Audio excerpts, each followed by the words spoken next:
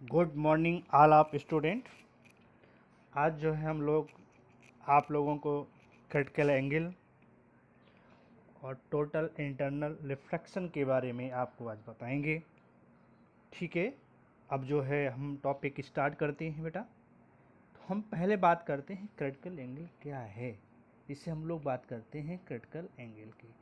तो critical angle क्या है कि जिससे हम लोग बात करते हैं डेंसर मीडियम और थियर मीडियम। तो जैसे हमने यहाँ पर ये हमारा क्या हो गया, डेंसर मीडियम, और ये हमारा रेयर मीडियम है। ठीक है, अब यहाँ से हम जो भी इंसिडेंट रे डालेंगे, ठीक है, अब इंसिडेंट रे डालेंगे डेंसर टू रेयर में जाएगी, तो यहाँ से क्या होगी, जो नॉर्मल है, ये आपका नॉर्मल है, तो इससे क्या होगी, दूर हटते हुए जाएगी।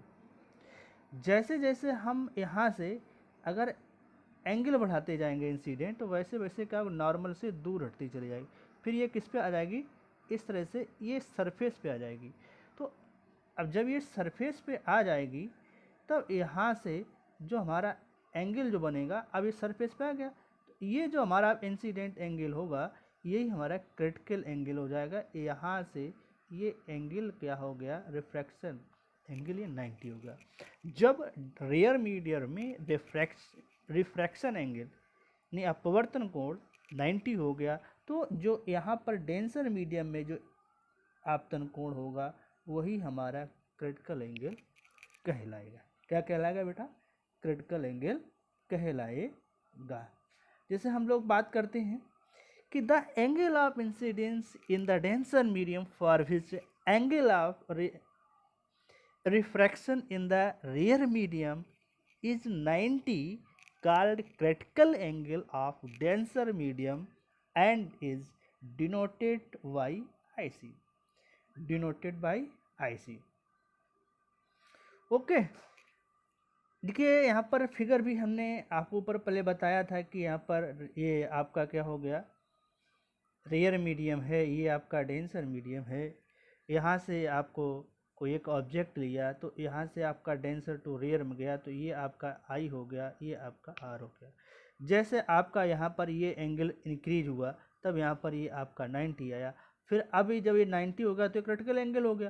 तो अब ये क्रिटिकल एंगल से जब ज़्यादा इंसिडेंट एंगल होगा, तब ये हमारा कैसा हो जाएगा, टोटल इंटरनल रिफ्लेक्शन हो जाएगा, यानी पूर्ण आंतरिक परावर्तन हो जाएगा। तो यहाँ से टोटल इंटरनल रिफ्लेक्शन के लिए यहाँ पर खास बात क्या ध्यान रखना है आपको, क्योंकि यहाँ पर जो भी आपकी जो डेफिनीशन है, जैसे हम लोग बात करते हैं डेफिनीशन की, तो डेफिनीशन में क्या है कि when a ray of light travelling from denser to rarer medium, यहाँ पर ध्यान रखना है, रेयर जो ट्रेवल करेगी डेंसर टू रेयर मीडियम में ही जाएगी, यानी सघन से विरल माध्यम में जाएगी। Incident at the interface of two media at an angle greater than critical angle. ध्यान सुन लीजिए, यहाँ पर जो इंसिडेंस एंगल होगा वो क्रिटिकल एंगल से ज़्यादा होगा। For the two media there are is totally reflected back into the denser medium। thus there are two condition, यानी दो कंडीशन है कि पहली कंडीशन क्या है कि the ray incident on the interference of two media should be travel in the denser medium. यानी यहाँ से आपको ध्यान रखना है कि जब भी टोटल इंटरनल रिफ्लेक्शन होगा, तब हमेशा इस बात को ध्यान रखना है कि वहाँ पर जो प्रकाश जो ट्रेवल करेगा वो सघन माध्यम से विरल माध्यम में जाएगा। फिर इसके बाद हम लोग बात करते हैं कि the angle incidence should be greater than critical angle of the two media. मतलब यहाँ पर जो आपतन कोण होगा वो क्रांतिक कोण से ज़्यादा होगा। अब बेटा यहाँ पर हम लोग बात करते हैं कि relation between refractive index and critical angle. ये जो रिलेशन है ये बहुत ही इम्पॉर्टेंट है, इस पर आपके न्यूमेरिकल भी आते हैं, इस बात को ध्यान रखना है, इस पर न्यूमेरिकल सॉल्व करने को आते हैं। अब हम लोग यहाँ पर बात करते हैं कि जैसे हमने रेयर मीडियम लिया और डेंसर मीडियम लिया, तो यहाँ पर हमने रेयर मीडियम को 1 ले लिया और इसको हमने 2 ले लिया। ठीक बेटा, जैसे यहाँ पर हमने रेयर मीडियम को हमने 1 से रिप्रेजेंट कर दिया और डेंसर मीडियम को हमने 2 से रिप्रेजेंट कर दिया। अब अकॉर्डिंग टू हम किस लॉ की बात करेंगे, स्नेल लॉ की बात करेंगे। तो यहाँ पर क्या हो गया कि refractive index of the rare medium with respect to denser medium, तो denser with respect to denser medium, तो यहाँ से हम इसको कैसे लिखेंगे, 2n1 is equal to sine I upon sine R. तो यहाँ आई जो है वो आई सी के इक्वल हो गया और यहाँ से जो आर है वो आपका बेटा कितना हो गया, 90 डिग्री हो गया। आर कितना हो गया, 90 डिग्री हो गया। यहाँ पर वैल्यू पुट करेंगे, 2n1 is equal to sine I C upon sine 90, sine 90 is equal to 1, तो 2n1 is equal to sine I C, sine I C. Next बेटा क्या आता है कि 2n1 is equal to 1n2, ये आपका formula होता है प्रिंसिपल ऑफ रिवर्सिबिलिटी यानी उत्क्रमणीयता के सिद्धांत से। तो यहाँ से बेटा क्या हो गया कि 1n2 हमने रखा, तो 1 upon 1n2 is equal to sine I C हुआ, तो 1n2 is equal to 1 upon sine I C, इसको हम इस तरह से भी लिख सकते हैं। बेटा अब हम लोग बात करते हैं कि फॉर एग्जाम्पल जैसे हमने कहा कि refractive index of glass relative to air या विद रिस्पेक्ट टू एयर बोल सकते हैं, refractive index of glass with respect to air या रिलेटिव टू एयर। या जैसे हमने कि ए जो था वन मीडियम लिया हमने उसको एयर कर लिया, जो 2 लिया था हमको ग्लास कर लिया, तो इसको कैसे लिखेंगे, A N G is equal to 1 upon sine I C, 1 upon sine I C. अब बेटा हम लोग बात करते हैं ऑप्टिकल फाइबर की। जो ऑप्टिकल फाइबर बेटा है ये किस सिद्धांत पर बेस्ड है, ये आपका टोटल इंटरनल रिफ्लेक्शन के सिद्धांत पर बेस्ड है। अब यहाँ पर है क्या, ऑप्टिकल फाइबर, ठीक है। ऑप्टिकल फाइबर एक जो है डिवाइस है आपकी, जैसे आपने देखते होंगे कि जैसे आपके डिश टीवी होती है, ठीक है, उसमें जो केबल्स पड़ी होती है तो उसमें क्या होते हैं, सिग्नल्स दिए जाते हैं, लाइटिंग सिग्नल दिए जाते हैं, तो वो कैसे है, वो इलेक्ट्रोस्टैटिक्स में कन्वर्ट होके वो उस तरह से वेव के रूप में चलती रहती है। तो optical fibre is a device transmitter light introduce, मतलब ट्रांसमिटेड किया गया, introduce one into opposite and, मतलब इस सिरे से दूसरे सिरे पर जो है इंट्रोड्यूस करना है। A little loss of light through the sides of fibre, मतलब वहाँ पर जो एनर्जी का लॉस जो नहीं होता है, ये ध्यान रखना। तो ये बेस्ड किस पर है, ये आपकी बेस्ड जो है principle of total internal reflection. अब जैसे यहाँ पर इंसिडेंट है ये, ठीक बेटा, अब जैसे यहाँ पर क्या है, ये इंसिडेंट है, ये आपकी क्लाउडिंग ऐसे कर दी गई, ये इस तरह से आउटिंग क्लाउडिंग कर देगी। अब यहाँ पर क्या, ये जो है इसका रिफ्रैक्टिव इंडेक्स 1.7 है और बाहर का रिफ्रैक्टिव इंडेक्स 1.5 है। अब यहाँ पर क्या हो जाएगा कि जैसे कि ये यहाँ पर इंसिडेंट हो रही है, अब यहाँ पर है क्या, जो इंसिडेंस एंगल है वो क्रिटिकल एंगल से ज़्यादा है, यहाँ पर भी क्या इंसिडेंस एंगल है क्रिटिकल एंगल से ज़्यादा है, तो ये प्रक्रिया क्या होगी, बार बार होती रहती।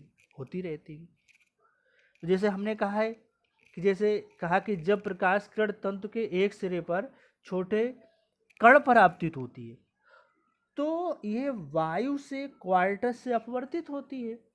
क्वार्टज के लेपन यानी हम लोग बात करते हैं अंतरापृष्ठ, जिसे अंतरापृष्ठ की बात करते हैं, तो अंतरापृष्ठ पर क्रांतिक कोण से बड़े कोण पर आपतित होता है। अंतरापृष्ठ पर क्या है, क्रांतिक कोण से बड़े कोण पर आपतित होता है, तो पूर्ण परावर्तित होगी।